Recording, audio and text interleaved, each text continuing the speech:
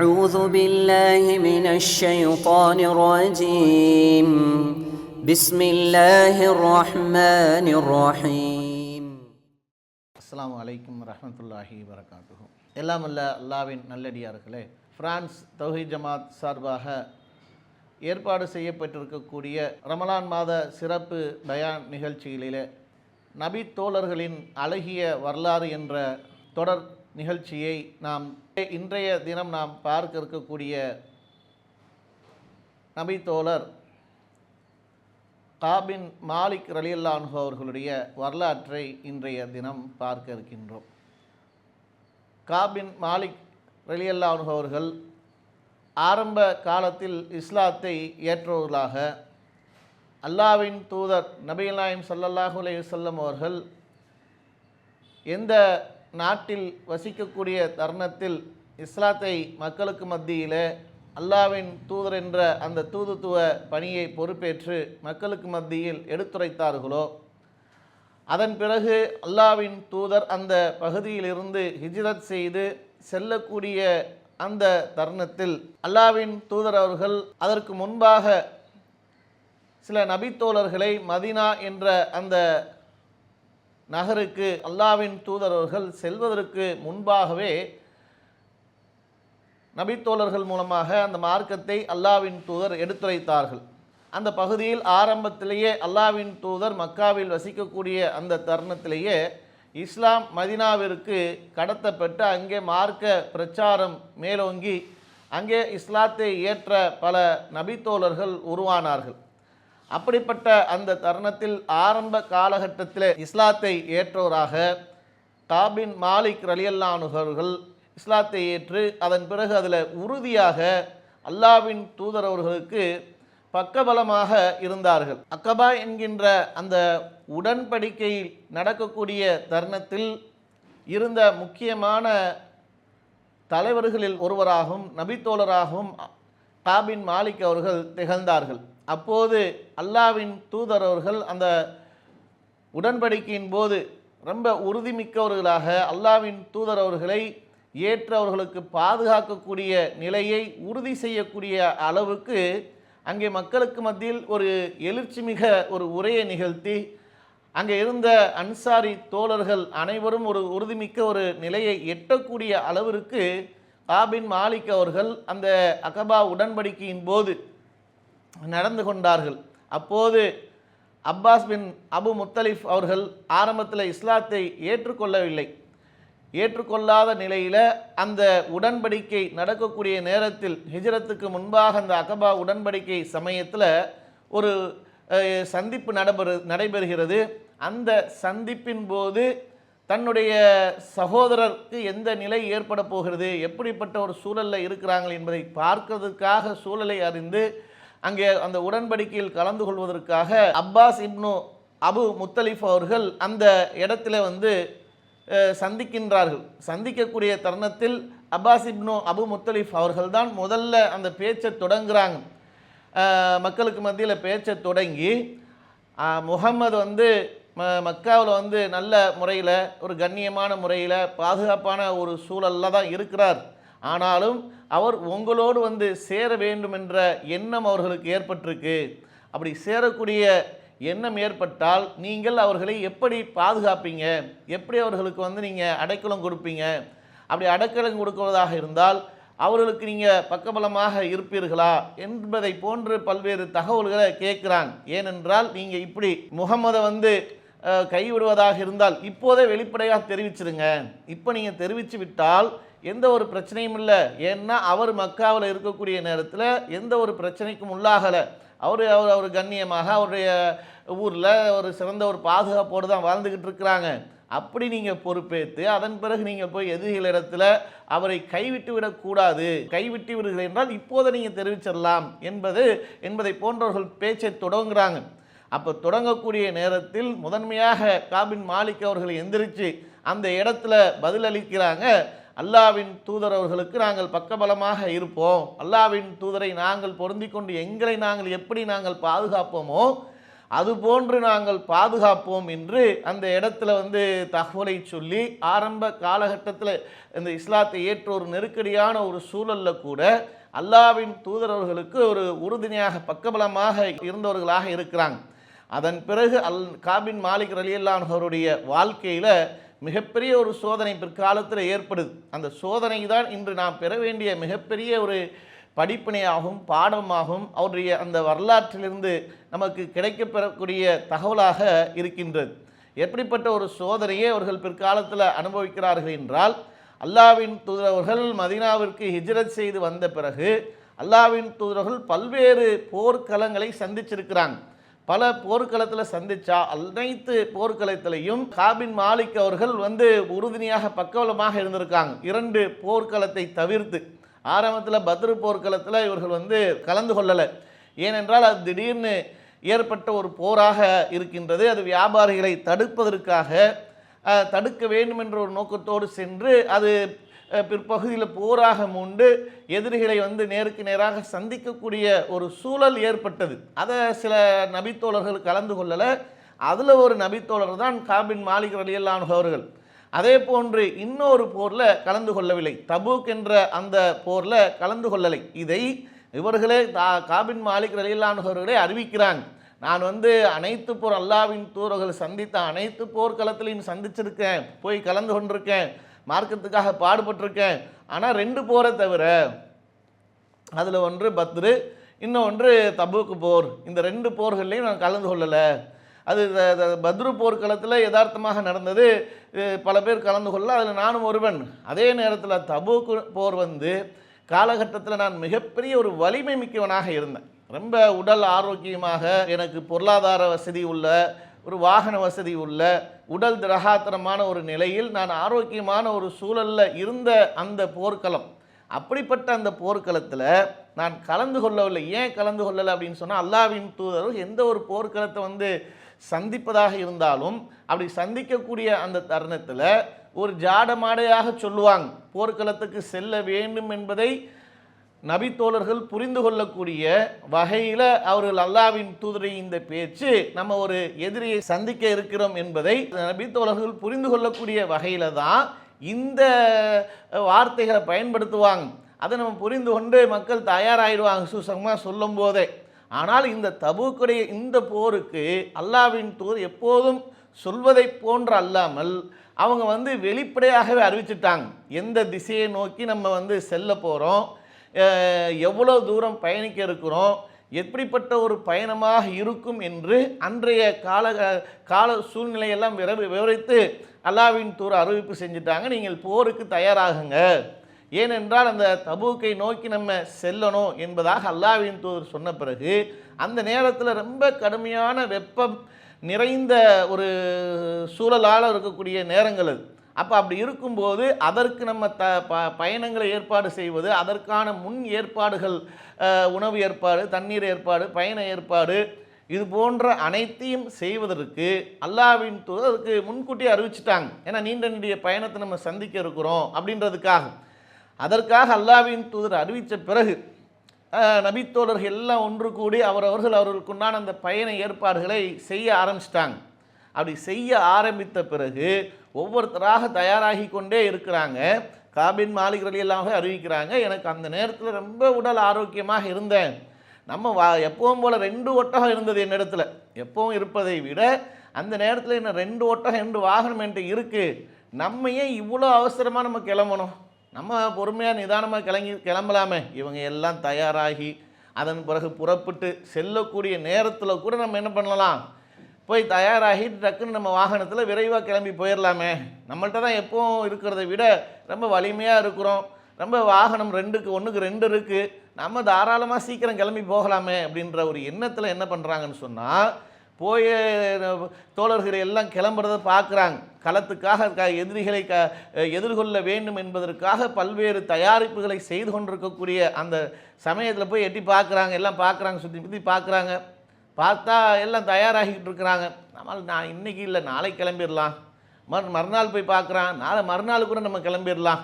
அவங்க போக ஆரம்பிச்சிட்டா கூட நம்ம பின்தொடர்ந்து போயிட்டு கூட அவங்கள முந்தி நம்ம சென்று போரில் கலந்து கொள்ளலாம் என்று இப்படி எண்ணங்கள் அவர்களுக்கு மத்தியில் ஒரு அலட்சியம் வந்து குடிகொண்ட பிறகு இப்படியே அவங்களுடைய எண்ணத்தை அவங்களுக்கு அவங்களே சமாதானங்களை கூறிக்கொண்டு என்ன பண்ணுறாங்கன்னு சொன்னால் இப்போ போயிடலாம், அப்போ போயிடலாம், அப்போ ரெடி ஆகிடலாம், இப்போ ரெடி ஆகிடலான்னு சொல்லி தாமதமாகிக்கிட்டே இருக்குது. எந்த அளவுக்கு தாமதமாகி விட்டதுன்னு சொன்னால், அங்கே அல்லாஹ்வின் தூதரவர்கள் சொன்ன அந்த படையினர் எல்லோரும் கிளம்பி சென்றுட்டாங்க.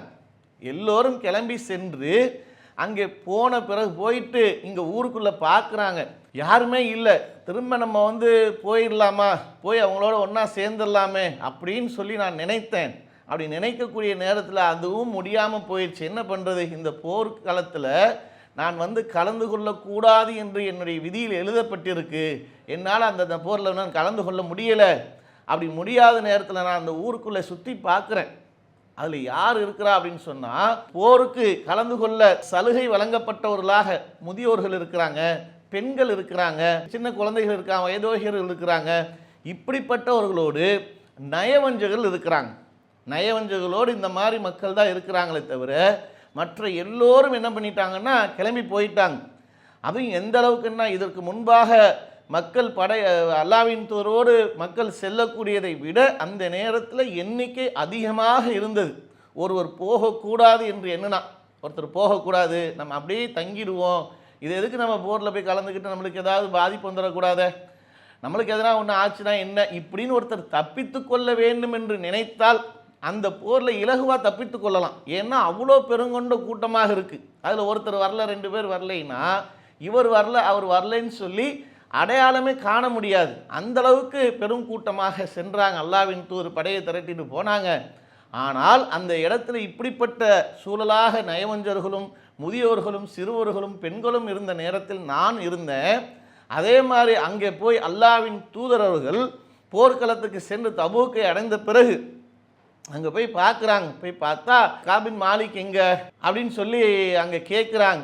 கேட்டால் அந்த இடத்துல பனு சலீமா குலத்தை சார்ந்தவர்கள் சில பேர் வந்து அல்லாஹ்வின் தூதர்கிட்ட சொல்கிறாங்க. என்ன சொல்கிறாங்கன்னு சொன்னால், அல்லாஹ்வின் தூதரே, காபுக்கு வந்து என்னென்னா புத்தாடையை வைத்துக்கொண்டு அவர் அதை ஆடையை அணிஞ்சு அவர் மகிழ்வதற்கே அவருக்கு நேரம் சரியாக இருக்குது, அதை அழகு பார்க்குறதுக்கே சரியாக இருக்குது. அவர் எங்கேருந்து வரப்போகிறாரு, அவர் வர்றதுக்கெல்லாம் இதுக்கு போருக்கு வர்றதுக்கெல்லாம் நேரமாக இருக்குது அப்படின்னு சொல்லிட்டு சில நேரங்களில் ஒருத்தரை பிடிச்சிருக்கு பிடிக்காமல் இருக்குன்னு வைங்களேன். இப்படி பிடிக்காமல் இருக்கும்போது ஏதாவது சந்தர்ப்பம் வரும்போது ஒரு போட்டு கொடுத்து அவங்கள வந்து என்ன பண்ணுவாங்கன்னு சொன்னால், இல்லாதது பொல்லாததுன்னு சொல்லுவாங்கள்ல, அது இப்போ சொல்லி நண்பர்களுக்கு மத்தியில் சிண்டு மூட்டி விடுறது, ஒரு உறவுகளுக்கு மத்தியில் பகையை ஏற்படுத்தி விடுறது, இப்படி எதையாவது ஒன்றத்தை சொல்லி என்ன பண்ணுவாங்கன்னு சொன்னால் ஒரு குழப்பத்தை ஏற்படுத்துவாங்க. இந்த மாதிரி இல்லாத விஷயங்களை எல்லாம் சொல்லி அது போன்ற அந்த இடத்துல என்ன சொல்கிறாங்கன்னா, அந்த பனு சலீமா குலத்தை சார்ந்தவர் அந்த இடத்துல பதில் அளிக்கிறாங்க. அப்போது முஆத் பின் ஜபல் ரலியல்லாஹு அன்ஹு அவர்கள், என்ன வார்த்தை சொல்லிட்டீங்க, நீங்கள் சொல்கிறது அபத்தமெல்லாம் இருக்குது, ரொம்ப ஒரு கடுமையாவில் இருக்குது, காபின் மாலிக்கு நாங்கள் அப்படி பார்க்கவே இல்லையே, அவர் ரொம்ப நல்லவர், அவர் அது மாதிரிலாம் வந்து செய்ய மாட்டார், அவர் ஏதோ ஒரு சூழல் வராமல் இருக்கிறான்னு சொன்னால் தக்க காரணம் இல்லாமல் அவர் வராமல் இருந்திருக்க மாட்டார், அவர் ஏதோ ஒரு காரணத்துக்கு தான் வராமல் இருந்திருப்பாரே தவிர நீங்கள் சொல்வதெல்லாம் பொய்யான காரணம், நீங்கள் அவர் அப்படி தப்பாக நினைக்காதீங்க, அவர் மீது தவறான ஒரு எண்ணத்தை ஏற்படுத்தாதீங்க போன்று அந்த இடத்துல பேசிக்கிறாங்க. பேசிக்கிட்டு அல்லாஹ்வின் தூதர் 2 பேர் சாராரும் பேசக்கூடிய தகவலை கேட்டுவிட்டு அந்த இடத்துல ரொம்ப மௌனமாகவே இருந்துட்டாங்களாம். மௌனமாக இருந்து, இவர் சொல்கிறது சரி, அவர் சொல்கிறது சரி, நீ சொல்கிறது தான் இப்படின்னு எந்த ஒரு வார்த்தையும் சொல்ல இல்லை. அவரை வந்து கண்டிக்கவும் இல்லை, ஏன் வரல, எதற்கு வரல, எந்த கேள்வி இந்த மாதிரி எதுவுமே கேட்காம அல்லாஹ்வின் தூதர் அவர்கள் ரொம்ப மௌனமாக இருந்துட்டாங்க. இருந்துட்டு அதன் பிறகு அந்த களத்தை விட்டு திரும்பி வரக்கூடிய செய்தி காபின் மாலிக் ரலியல்லாஹு அன்ஹு அவர்களுக்கு எட்டுது. அல்லாஹ்வின் தூதர் போருக்கு புறப்பட்டு படையினோரோடு செறிஞ்சு புறப்பட்டாங்களே, புறப்பட்டவர்கள் திரும்பி வந்து கொண்டிருக்கிறாங்க என்ற செய்தி காபின் மாலிக் ரலியல்லாஹு அன்ஹு அவர்களுக்கு வருது. அல்லாஹ்வின் தூதர் வந்து கொண்டிருக்காங்க, திரும்பி வந்துக்கிட்டு இருக்கிறாங்க அப்படின்னு சொல்லி வரக்கூடிய அந்த சமயத்தில் ஆளாளுக்கு ஏற்கனவே இங்கே நயவஞ்சர்கள் போருக்கு கலந்து கொள்ளாமல் ஒளிஞ்சிக்கிட்டு போருக்கு போகாமல் என்ன பண்ணிட்டாங்கன்னா, போனால் நம்மளுக்கு ஏதாவது பாதிப்பு வந்துடும், போனால் மௌத்தா போயிடுவோம், போனால் நம்மளுக்கு ஏதாவது இழப்பு ஏற்பட்டுரும் இப்படின்னு சொல்லி ஒளிஞ்சுக்கிட்டு நயவஞ்சகத்தனத்தோடு இருந்தாங்களே, அவர்களும் என்ன பண்ணுறாங்கன்னா சுதாரிப்பு ஆகிறாங்க. சுதாரிப்பாகிட்டு அல்லாஹ்வின் தூதர் வந்துவிட்டால் அவர்கள்ட்ட நம்ம ஏதாவது பொய் சொல்லி தப்பிச்சு கொள்ளலாம். அல்லாஹ்வின் தூதர்கிட்ட நம்ம ஏதாவது ஒரு பொய் காரணத்தை சொல்லி என்ன பண்ணலாம், நம்ம தப்பிச்சு கொள்ளலாம் அப்படின்னு சொல்லி முடிவு பண்ணுறாங்க. அப்போ அப்படி முடிவு பண்ணும்போது காபின் மாலிக் ரலியல்லாஹு அன்ஹு அவர்களுக்கும் பொய் சொல்வதற்கு சொல்கிறாங்க. இப்படி சொல்லிடுங்க, நாங்கள்லாம் இப்படி தான் சொல்ல போகிறோம் என்பதை போன்றவர்களுக்கு என்ன பண்ணுறாங்கன்னு சொன்னால், ஏதோ ஒரு காரணத்தை சொல்லி பொய்யை சொல்லி தப்பித்து விட வேண்டும் என்ற திட்டத்தோடு இருக்கிறாங்க.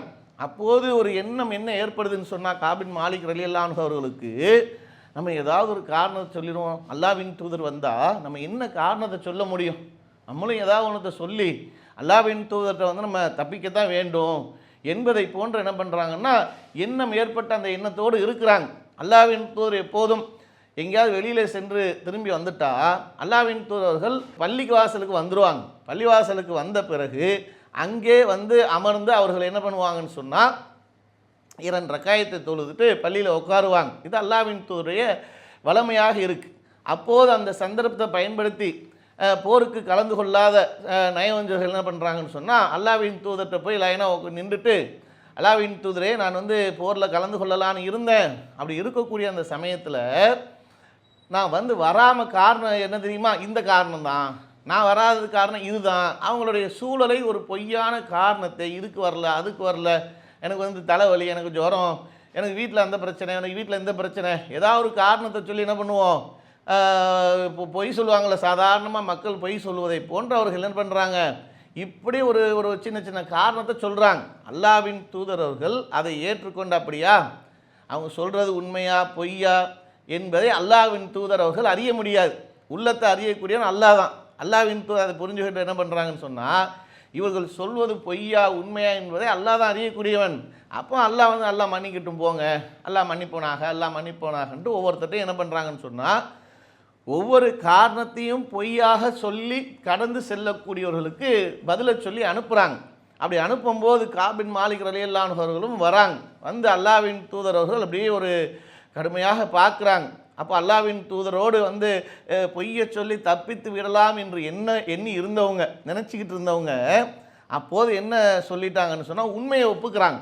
உண்மையை ஒப்புக்கொண்டு, அல்லாஹ்வின் தூதரே நான் வந்து வரலான்ட்டு தான் இருந்தேன், நான் என்னுடைய அலட்சியம், என்னுடைய வந்து பொடும்போக்குத்தனம் தான் என்னை வந்து தங்க செய்துச்சு, இதற்கு முன்பை விட உடல் ரொம்ப வலிமையாகத்தான் இருந்தேன், என்னிடத்துல பொருள் வசதியும் இருக்குது, வாகன வசதியும் இருக்குது, அது மாதிரி எந்த ஒரு குறையும் இல்லை, அதனால தான் நான் வந்து வர முடியாமல் போயிடுச்சு, அதுக்கு காரணம் நான் தான், என்னுடைய அலட்சியம்தான் காரணம், வேறு எந்த ஒரு காரணமும் இல்லை அல்லாஹ்வின் தூதரே என்று உண்மையை சொல்லிடுறாங்க.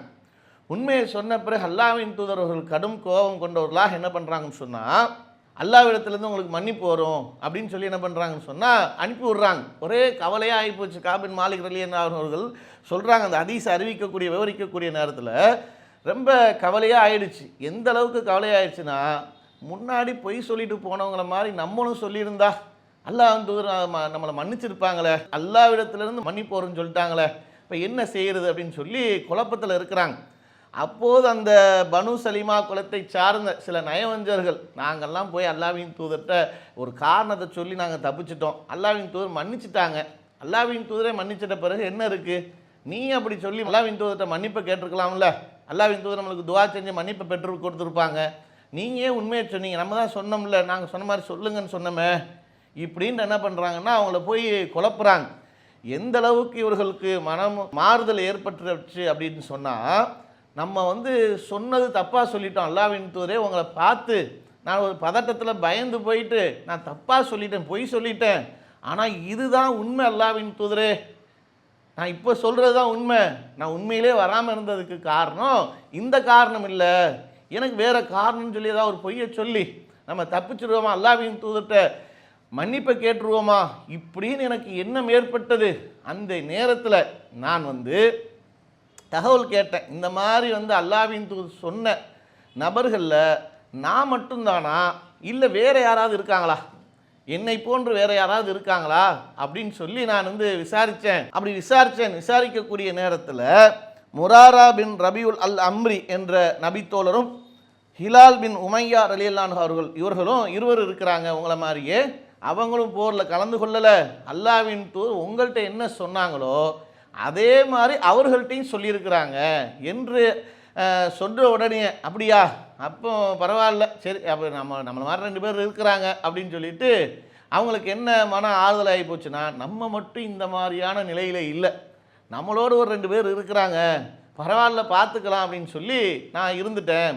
இருந்த பிறகு அதன் பிறகு பார்த்தீங்கன்னு சொன்னால் இந்த 2 தோழர்களும் 2 சகோதரர்களும் அவங்க வந்து வீட்டிலேயே தங்கி இருந்து ரொம்ப அழுது அல்லாஹ்விடத்தில் பாவ மன்னிப்பு கேட்கக்கூடிய நிலையில் அவங்க வந்து வீட்டிலே தங்கிட்டாங்க. ஆனால் எனக்கு அந்த நேரத்தில் உடல் வந்து ஆரோக்கியமாக திரகாத்திரமாக இருந்த அந்த சூழல் இருந்ததுனால நான் வந்து மக்களோடு மக்களாக சுற்றி திரிந்தேன். அப்போ அல்லாஹ்வின் தூதர் அவர்கள் மக்களிடத்தில் அறிவிச்சிட்டாங்க, யாரும் இவர்களிடத்தில் பேசக்கூடாதுன்ட்டாங்க. அப்போ யாரும் பேசக்கூடாதுன்னு சொல்லி ஊர் விளக்கம் செஞ்சுட்டாங்க. ஊர் விளக்கமே என்ன பண்ணிட்டாங்க, யாரும் ஒரு இடத்துல பேச்சுவார்த்தைகள் வைத்து கொள்ளக்கூடாது, எந்த உறவும் பாராட்டக்கூடாது என்பதாக ஊர் விளக்கம் செஞ்சிட்டாங்க. இன்னைக்கு கூட நம்ம இந்த தௌஹீதை சொல்லக்கூடிய இந்த தருணத்தில் ஆரம்ப காலகட்டத்தில் இஸ்லாத்தை, இந்த ஏகத்துவத்தை, ஓரிரை கொள்கையை ஓங்கி ஒழிக்கக்கூடிய நேரத்தில் தௌஹீத் பிரச்சாரத்தில் பல பேர் வந்து என்ன பண்ணாங்கன்னா அதிர்ச்சிக்குள்ளாகி இந்த மார்க்கத்தை அல்லாஹ்வின் தூதரவர்கள் எப்படி அதை இஸ்லாத்தை எடுத்துரைத்தார்களோ அதே போன்று தூய வடிவில் இந்த தௌஹீதை எடுத்து சொல்லக்கூடிய சமயத்தில் அங்கங்கே பார்த்தீங்கன்னா எல்லா பகுதிகளிலையும் ஒரே வந்து அடிக்க வர்றதும் ஊர் விளக்கம் செய்வதும் பெற்ற தாய் தந்தையர்கள் இறந்தால் அவருடைய ஜனாசாவை அடக்கம் பண்ண விடாமல் இப்படிப்பட்ட கொடுமைகள் எல்லாம் நம்ம சமீப சில காலகட்டத்திற்கு முன்னாடி நம்ம இதெல்லாம் சந்திச்சிருக்கோம். அப்படி சந்திச்சிருக்கிற போது நமக்கும் இந்த மாதிரி ஆரம்ப காலகட்டத்தில் இஸ்லாத்தை சொன்ன நபர்கள் இது போன்று ஊர் விளக்கங்களை அனுபவிச்சிருக்கிறாங்க. அப்படி இருக்கும்போது யாரும் பேசக்கூடாது, அவர்களிடத்தில் வியாபாரம் செய்யக்கூடாது, அவங்களுக்கு பால் கொடுக்கக்கூடாது, தண்ணி கொடுக்கக்கூடாது, அவர்கள்ட்ட வியாபாரம் செய்யக்கூடாது, எந்த ஒரு மளிகை பொருள் விற்கக்கூடாது, எந்த ஒரு வியாபார தொடர்பும் வைத்திருக்கக்கூடாதுன்னு சொல்லி அப்படியே முற்றிலுமாக என்ன பண்ணுவாங்கன்னா ஊர் விளக்கம் பண்ணிடுவாங்க. இப்படி இந்த காலகட்டத்தில் ஊர் விளக்கம் இவர்கள் செஞ்சாங்கன்னு சொன்னால் அந்த ஊரில் நம்ம பொருள் வாங்க முடியலை, அந்த ஊரில் நம்ம பால் வாங்க முடியலை, அந்த ஊரில் காய்கறி வாங்க முடியல, மளிகை சாமான் வாங்க முடியலை, இல்லை இவர்கள்ட்ட பேச முடியலன்னு சொன்னால் நம்ம பக்கத்து ஊரில் போயிட்டு நம்ம சொந்த பந்தங்களோடு பேசிட்டு மன மகிழ்ச்சியோடு இருந்துடலாம். நம்ம பக்கத்து ஊரில் போய் தேவைக்கு பக்கத்து நகரங்களில் போய் என்ன பண்ணிக்கலாம், நம்மளுக்கான தேவையான பொருட்களை வாங்கிட்டு வந்து வீட்டில் வச்சு சாப்பிட்டுட்டு நம்ம சொந்த பந்தங்களோடு பேசிக்கொண்டு நல்லபடியாக வாழ்ந்துட்டு போயிடலாம். இவங்க ஊர் விளக்கம் பண்ணதெல்லாம் பெரிய விஷயமே இல்லை. இதுவே நம்மளுக்கு வந்து மிகப்பெரிய ஒரு மன அழுத்தத்தை கொடுத்து நம்ம அதெல்லாம் பெரிய ஒரு சங்கடத்தை சந்தித்தோம். ஆனால் அல்லாஹ்வின் தூதர் அவர்கள் வந்து ஒரு ஊர் விளக்கம் பண்ணுறாங்கன்னு சொன்னால் அப்படிப்பட்ட நிலையெல்லாம் இருக்காது. அல்லாஹ்வின் தூதரவர்கள் ஊர் விளக்கம் செய்கிறாங்கன்னு சொன்னால் ஒட்டுமொத்தமாக யாரும் எந்த ஒரு பேச்சுவார்த்தையும் வைக்க மாட்டாங்க, எந்த ஒரு உறவும் இருக்காது. அப்போ அப்படியே வந்து தனித்து அந்நியப்பட்டவர்களாகத்தான் நம்ம அந்த ஊரில் வாழ முடியும். அப்படிப்பட்ட சூழலை அவர்கள் வாழ்ந்ததாகவும் சொல்கிறாங்க. அப்போ அந்த மாதிரி வாழக்கூடிய நேரத்தில் எந்த அளவுக்கு எங்களுக்கு ஆகிப்போச்சுன்னு சொன்னால் இந்த உலகமெல்லாம் பறந்து விரிந்து இருக்கக்கூடிய நேரத்தில் அதெல்லாம் சுருங்கி விட்டதை போல் நாங்கள் என்ன பண்ணிட்டோம், கருதிக்கிட்டோம்.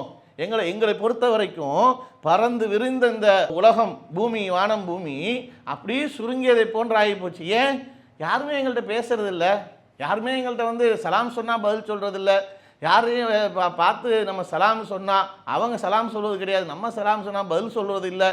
இப்படி வந்து நம்ம அந்நியப்பட்டவர்களாக ஒதுக்கப்பட்டவர்களாக மாறிட்ட பிறகு ரொம்ப வந்து எங்களுக்கு அப்படியே உலகமே சுருங்கியதை போன்று நாங்கள் உணர்ந்தோம் என்று அவர்கள் வந்து என்ன பண்ணுறாங்கன்னா சொல்கிறாங்க. இப்படிப்பட்ட இந்த நெருக்கடியான சூழலில் அந்த 2 சகோதரர்களும் வீடுகளிலே முடங்கிட்டாங்க. அவங்க செஞ்ச அந்த பாவத்துக்கு மன்னிப்பு கேட்டு வீட்டிலேயே முடங்கிட்டாங்க.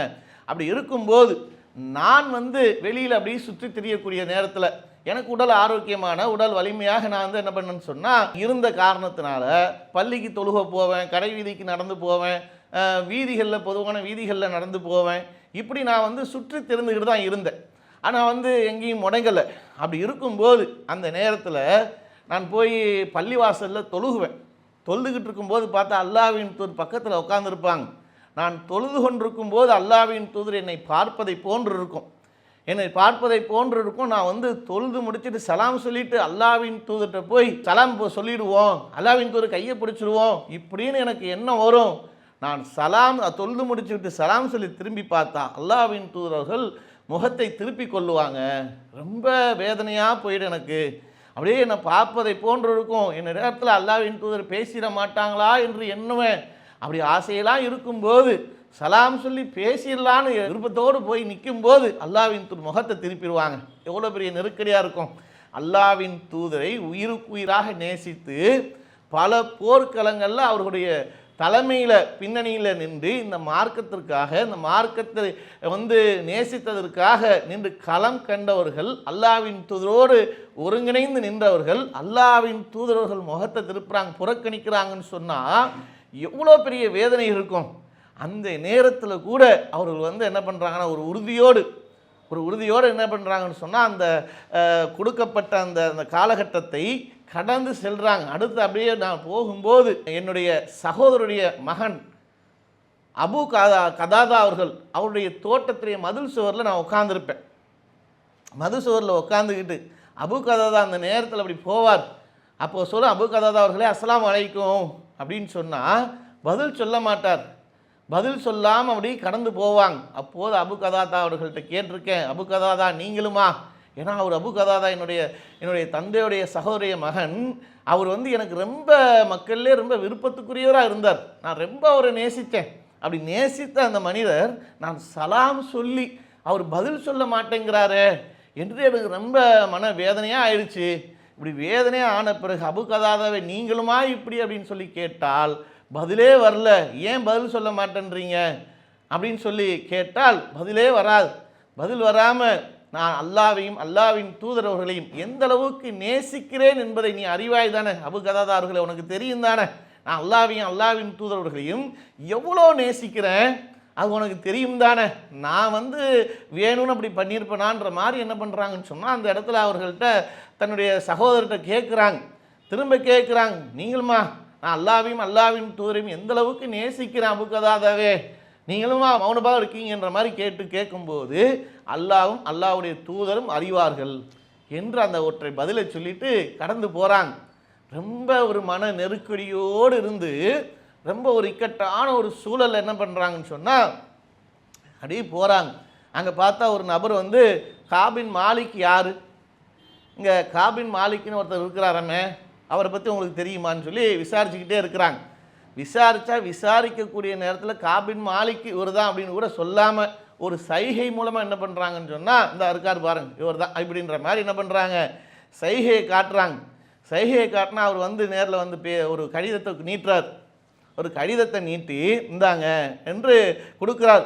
கசான் நாட்டு மன்னர் ஒரு கடிதத்தை எழுதி அந்த இடத்துல அந்த கடிதத்தில் எழுதியிருக்கு, நீங்கள் அல்லாஹ்வின் தூதரை எந்த அளவுக்கு நேசிக்கிறீங்க, எந்த அளவுக்கு அவர்கள் மீது பாசம் வைத்திருக்கீங்க, எந்த அளவுக்கு அவர்களுக்காக நீங்கள் பாடுபட்டீங்க. ஆனால் இன்றைய தினம் உங்களுக்கு இவ்வளோ பெரிய ஒரு இக்கட்டை ஏற்படுத்தி விட்டார் இந்த முகமது, உங்களுக்கு இவ்வளோ பெரிய ஒரு சங்கடத்தை ஏற்படுத்திட்டார், உங்களை இவ்வளோ இழிவுபடுத்திட்டார். ஆகையால் இந்த நாட்டில் இனிமேல் நீங்கள் இருக்க வேண்டியதில்லை, இந்த நாட்டில் நீங்கள் இருக்காதீங்க, என்னுடைய நாட்டுக்கு நீங்கள் வந்துடுங்க.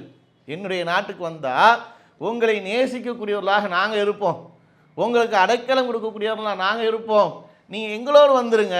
வெறுத்து ஒதுக்கக்கூடிய இந்த கூட்டத்தோடு அந்த முகமதோடு நீங்கள் ஏன் இருக்கணும், நீங்கள் வந்துடுங்க இப்படின்னு சொல்லி ஒரு கடிதத்தை எழுதி அனுப்புகிறாங்க.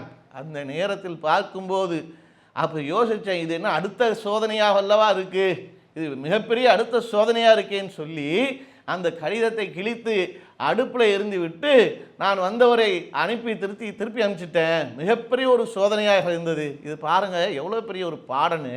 இது போன்ற ஒரு சூழலில் இன்னைக்கு அரசியல் ரீதியாக நீங்கள் பார்த்தீங்கன்னாலும் சரி, உள்ள அமைப்புகள் ரீதியாக இப்படி பார்த்தாலும் சரி, இன்னைக்கு கட்சி தாவல்கள் ஏன் ஏற்படுது, அமைப்புகளில் இங்கிருந்து அங்கே ஏன் தாவுறாங்க அப்படின்னு சொன்னால் ஏதாவது அவர்களுக்கு மத்தியில் ஒரு சங்கடங்கள் இருக்கும், ஏதாவது அவர்களுக்கு மத்தியில் ஒரு பேச்சுவார்த்தைகள் போய்கிட்டு இருக்கும், அமைப்பு ரீதியாக அவர்களுக்கு ஒரு நிர்வாக ரீதியாக ஏதோ ஒரு பிரச்சனை போய்கிட்டு இருக்குன்னு சொன்னால் உடனே அந்த சங்கடத்தை அந்த விஷயத்தை ஆரம்பத்தில் இது எதற்காக இந்த அமைப்பில் இருந்தோம், எதற்காக இந்த அமைப்பில் நம்ம பொறுப்பாளராக ஒரு நிர்வாகியாக ஒரு பேச்சாளராக நம்ம இருந்தோம், இல்லை ஒரு கட்சி அடிப்படையில் இருந்தால் நம்ம இந்த கட்சி எதற்காக அந்த கட்சியில் சேர்ந்தோம், இந்த கட்சியில் சேர்ந்ததுக்கான நோக்கம் என்ன, இப்படி எல்லாத்தையும் மறந்துடுவாங்க. இப்படி மறந்துட்டு வேறு எங்கேயாவது ஒரு அமைப்புலேருந்து நீங்கள் ஏங்க அவங்க இருக்கீங்க, அவங்கள நடவடிக்கை எடுத்தாங்களா, உங்கள்கிட்ட பேச மாட்டேன்றாங்களா, உங்கள் மேலே நடவடிக்கை எடுத்துட்டாங்க. நீங்கள் எப்படிப்பட்ட ஆள், நீங்கள் எப்படிப்பட்ட ஆள், நீங்கள் ஆரம்பத்துலேருந்து எவ்வளோ இந்த கட்சிக்காக இந்த அமைப்புக்காக உழைச்சிருக்கீங்க, ஓடா தேஞ்சிருக்கீங்க. உங்களுக்கே இந்த நிலையா, நீங்கள் வந்துடுங்க, நம்ம அமைப்புக்கு வந்துடுங்க, நம்ம கட்சிக்கு வந்துடுங்க, உங்களுக்கு இந்த பொறுப்பை கொடுத்துட்றோம், உங்களுக்கு அந்த பொறுப்பை கொடுத்துட்றோம், உங்களுக்கு மைக்கை கொடுத்துட்றோம், நீங்கள் பேசிக்கிட்டே இருங்க, எவ்வளோ நேரம் வேணாலும் பேசிக்கிட்டே இருக்கலாம், உங்களுக்குன்னு நீங்கள் வந்து பேச்சாளராக எங்கள் அமைப்பில் வந்து சேர்ந்துருங்கன்னு சொன்னால் போதும். இப்படி சொல்லிட்டா, இந்த மாதிரி சொல்லிவிட்டால் மைக்கு கிடைச்சா போதும், பொறுப்பு கிடைச்சா போதும், நம்மளுக்கு வந்து பேர் கிடைச்சா போதும், புகழ் கிடைச்சா போதும், இப்படி எத்தனையோ பேர் ஓடக்கூடியவர்கள் நம்ம பார்த்துருக்கோம். இன்றைக்கும் அது நடந்து கொண்டே தான் இருக்குது நாட்டில். ஆனால் அந்த இடத்துல அவர்கள் வந்து காபின் மாலிக் ரலியல்லாஹு அன்ஹு அவர்கள் அந்த மாதிரி வந்து கசான் நாட்டு மன்னர் அவர் அழைப்பு கொடுக்குறார், நீங்கள் வாங்க, அவர் உங்களை வந்து ஒதுக்குனா என்ன, நாங்கள் உங்களை வந்து நேசிக்கிறோம், உங்களை வந்து அடைக்கலம் தரோம், உங்களுக்கு ராஜ மரியாதையை தரோம் அப்படின்னு சொல்லி ஒரு இக்கட்டான சூழல் வருது. அப்படியே புறந்தள்ளி விட்டு அப்படியே ஒதுக்குறாங்க. என்ன காரணம்? அவர்கள் புறந்தள்ளினது, அவர்கள் அந்த கடிதத்தை தூக்கி எறிஞ்சது, அதற்கான காரணம் இந்த இடத்துல நான் வந்து இருந்தது இந்த தனிப்பட்ட மக்களுக்காக இல்லை, அல்லாஹ்வுக்காக, அல்லாஹ்வின் தூதருக்காக, அல்லாஹ்வின் தூதரை கொண்டு வந்து சேர்த்த அந்த கொள்கைக்காக, அல்லாஹ்வுக்காகத்தான் நம்ம மார்க்கத்தில் இருக்கிறோமே தவிர்த்து வேற எந்த ஒன்றுக்கும் இல்லை என்பதாக அந்த இடத்துல கொள்கை உறுதியோடு நின்று அந்த இடத்துல அந்த சோதனையை வென்று காட்டினாங்க. இதுதான் நம்மளுக்கு இன்னைக்கு பெற வேண்டிய மிகப்பெரிய ஒரு படிப்பினை. சின்ன சின்ன விஷயத்துக்கெல்லாம் நம்ம தடமாறி போயிடுறோம். ஒரு சின்ன ஒரு விஷயம் வந்தால் போதும், ஒரு திருமண நிகழ்வு எடுத்துக்கோங்க, ஒரு சாதாரண ஒரு பேச்சுவார்த்தைகளில் கடினமாக நடந்து கொண்டால் இது மாதிரி விஷயங்களை கூட பொறுத்து கொள்ளாமல் அதை வந்து எப்படி அணுக வேண்டும் என்று தெரியாமல் என்ன பண்ணிடுறோம்னு சொன்னால் தடமாறி போயிடக்கூடிய நிலையாக இருக்குது. அந்த பிரச்சனையே மிகப்பெரிய ஒரு பூதாகரமாக ஆக்கி ஒன்றில்லாததை ஊதி பெருசாக்கக்கூடியதெல்லாம் இன்றைக்கி வந்து நம்ம மக்களுக்கு மத்தியில் பார்க்குறோம். ஆனால் இவ்வளோ நெருக்கடியை கொடுத்து அதன் பிறகு மட்டும் விடலை. அவங்க சொல்கிறாங்க, இந்த ஹதீஸ் அறிவிக்கக்கூடியதே யாருன்னா தன்னுடைய மகனிடத்தில் அவர் தான் காபின் மாலிக் ரலியல்லாஹு அன்ஹு தான் அறிவிச்சுக்கிட்டு இருக்கிறாங்க. அறிவிக்கும் போது சொல்கிறாங்க, அடுத்து வந்து இந்த சோதனையான காலகட்டம் என்பது 50 நாள் நீடித்தது. 50 நாள் இந்த சோதனையான காலகட்டம் நீடித்தது.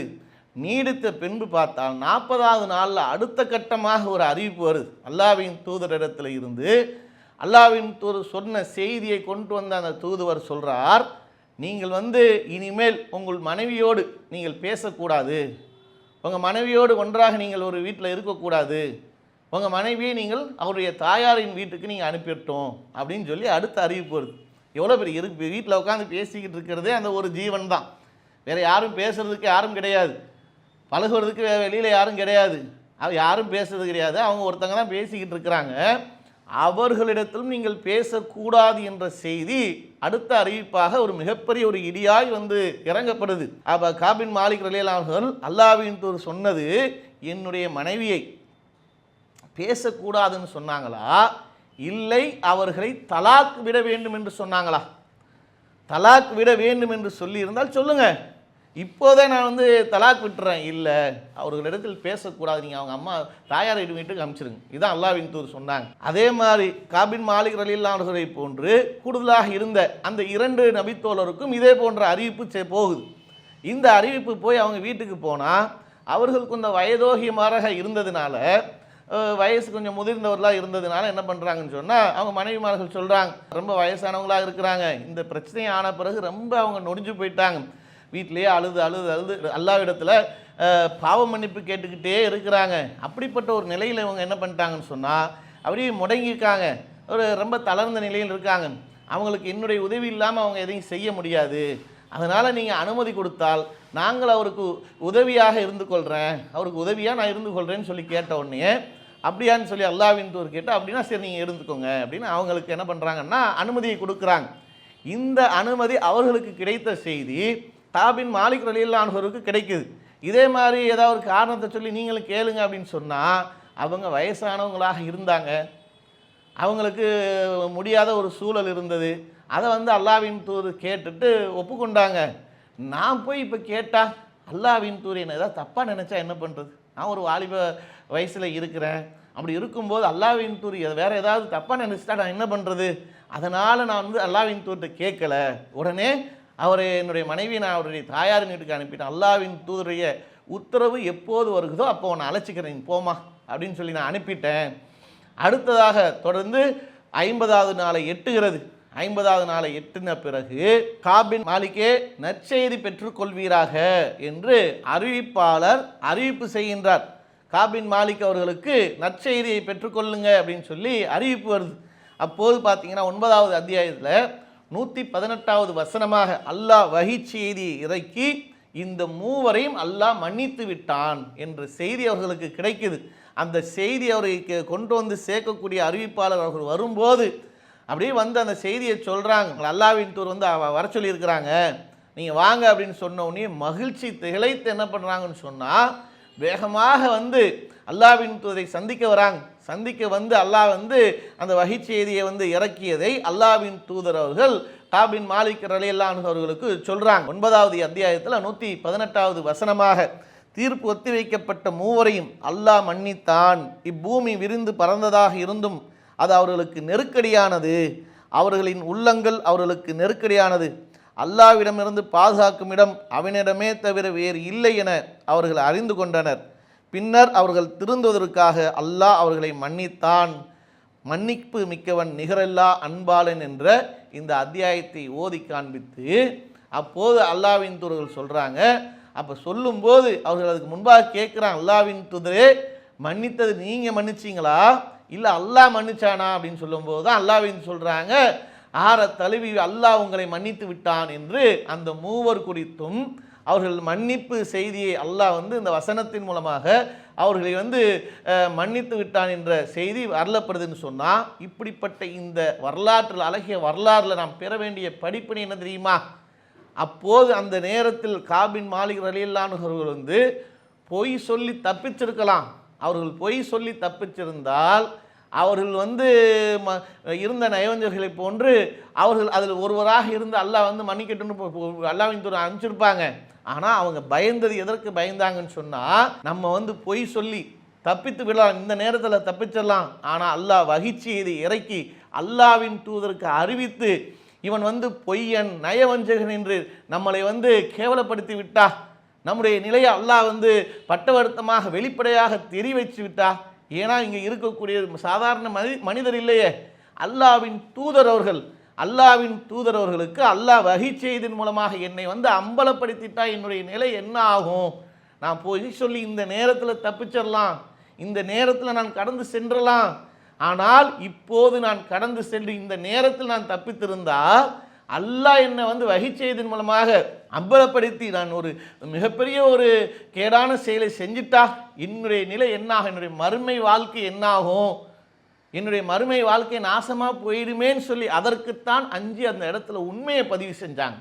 யாருக்கும் என்ன பண்ணலைன்னு சொன்னால், இவருக்காக அவருக்காக அவர் கோச்சுக்கார், இவர் கோச்சுப்பார், இவர்கிட்ட தப்பிச்சிடணும், அவர்கிட்ட தப்பிச்சிடணும், இவர்கிட்ட நல்ல பேர் இருக்கணும், அவர்கிட்ட நல்ல பேர் இருக்கட்டும், சமூகத்தில் நல்ல பேர் எடுக்கணும். இன்றைக்கி பார்த்தீங்கன்னா நீங்கள் சர்வ சாதாரணமாக பொய்களை பேசக்கூடியவர்களாக இருக்கிறாங்களே. பொய் பேசுவது எதற்காக பேசுகிறாங்க? ஒருத்தட்ட நல்ல பேர் எடுப்பதற்காக பல பொய்களை பேசுகிறாங்க. உண்மையாக நடந்து கொள்வது ரொம்ப குறைவான நிலையாக இருக்குது. இன்றைக்கி பார்த்தா பொய் சொல்வது வியாபாரத்தில் பொய் பேசுகிறாங்க, பொருளாதார விஷயத்தில் பொய் சொல்கிறாங்க, உறவுகள் விஷயத்தில் பொய் சொல்கிறாங்க, நண்பர் விஷயத்தில் பொய் சொல்கிறாங்க. எதற்கெடுத்தாலும் பொய் இன்னைக்கு மிகைத்து சர்வ சாதாரணமாக பொய்கள் இன்னைக்கு மக்களுக்கு மத்தியில் எல்லா நேரங்களையும் புழங்க ஆரம்பிச்சிருச்சு. அதில் பொய்யில் என்ன இந்த மாதிரி நேரங்கள்லன்னா, சாதாரணமாக ஒருத்தருடைய நட்புக்காக கூட பொய் சொல்லுவாங்க. நம்ம இந்த உண்மையை சொல்லிட்டா அவர் நம்மளை வந்து தப்பாக நினச்சிவார, இவர் தப்பாக நினச்சிப்பாரு, நம்ம சமூகத்தில் நம்மளுடைய அந்தஸ்து என்ன ஆகுறது, நம்முடைய கண்ணியம் என்ன ஆகுறது, இப்படி வந்து யோசித்து பல பேர் பொய் சொல்கிறாங்க. இந்த இடத்துல இந்த வாழக்கூடிய இந்த உலகம் என்பது அழியக்கூடியது, நிரந்தரமற்றது. நாளை மறுமை தான் நம்மளுக்கு நிரந்தரமானது. மறுமை நாளில் ஒவ்வொருத்தரும் அவரவருக்குரிய விஷயத்தை அனுபவிக்கக்கூடியவர்களாக அந்த கியாமத் நாளை நியாய தீர்ப்பு நாளிலே அவர்கள் அனைத்தையும் பெறக்கூடியவர்களாக இருக்கிறாங்க. நன்மை பெறக்கூடியவர் நன்மையை, தீமை தரக்கூடிய தீமையை பெற்று செய்தவர்கள் வந்து அவர்களுடைய வினையை அனுபவிக்கக்கூடியவர்களாக அன்றைய காலகட்டத்தில் இருப்பாங்க. அளவு நன்மை செய்தார், அதை அந்த நேரத்தில் காண முடியும். அளவு தீமை செய்திருந்தாலும் அதை அல்லாஹ் அந்த இடத்துல வெளிப்படுத்துவான். அதற்கான தண்டனையும் அதற்கான பரிசும் அந்த மறுமை நாளில் இருக்குன்னு சொன்னால், இப்படிப்பட்ட நாளுக்கு அஞ்சித்தான் காபின் மாலிக் ரலியல்லாஹு அன்ஹு வந்து இடத்துல பொய் சொல்வதை தவிர்த்தாங்க.